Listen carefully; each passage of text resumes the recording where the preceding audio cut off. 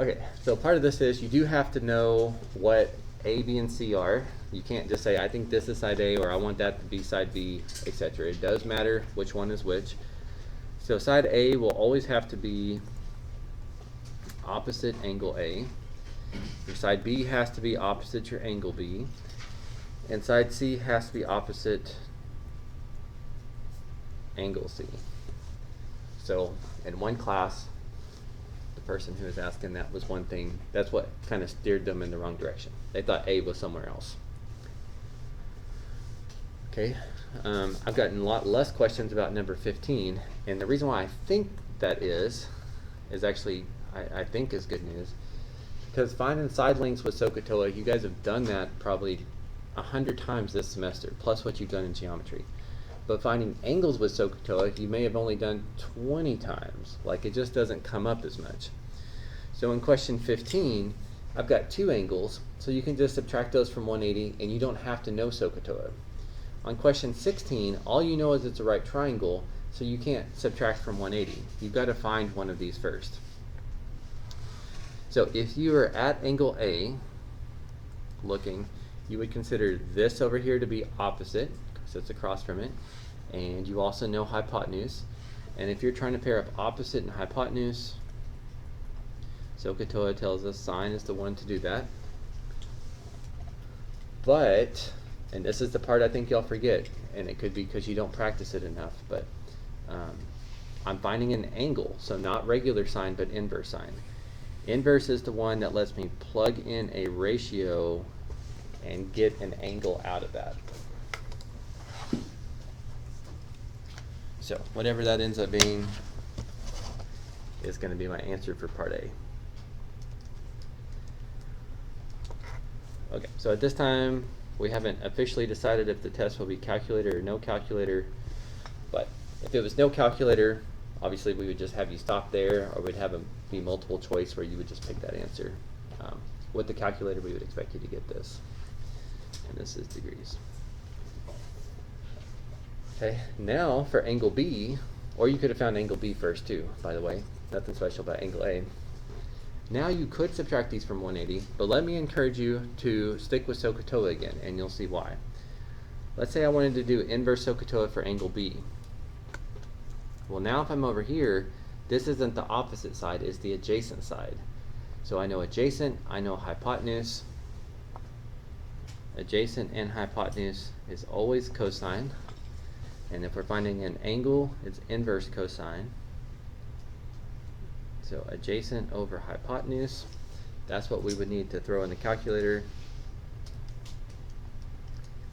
And that's about 31.424 degrees.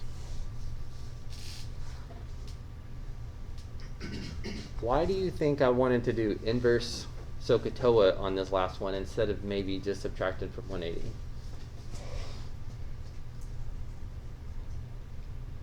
What do you think? It's more accurate than just subtracting it from 180. Depending on how many decimals you keep up with this, that could be okay. I think if you kept up with 3 decimals here, when you subtract it, I think you'd still get the same answer. But yes, in general though, try not to use rounded answers to get a different answer. So that's a good approach. What could you tell me about all 3 of these?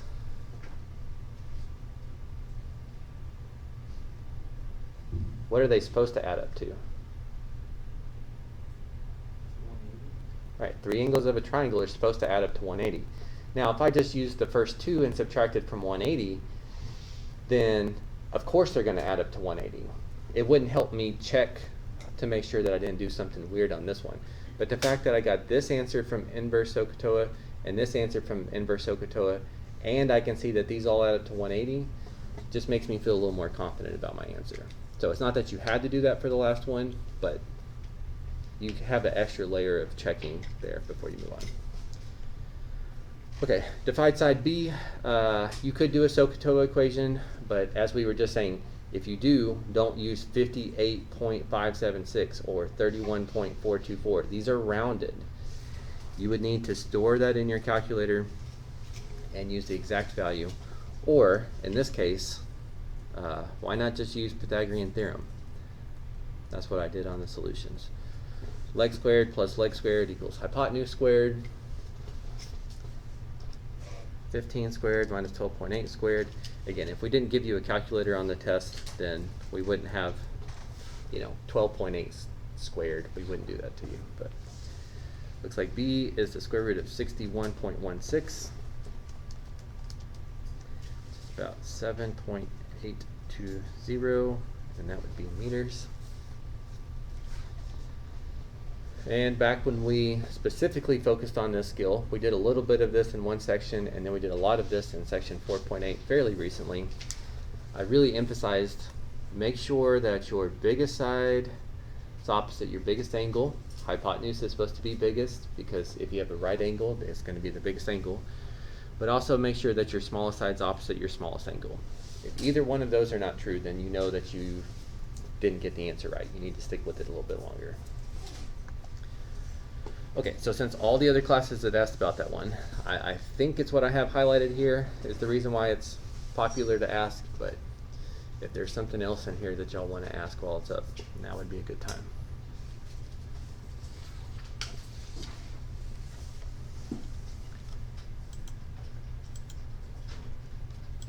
Any specific questions on 16?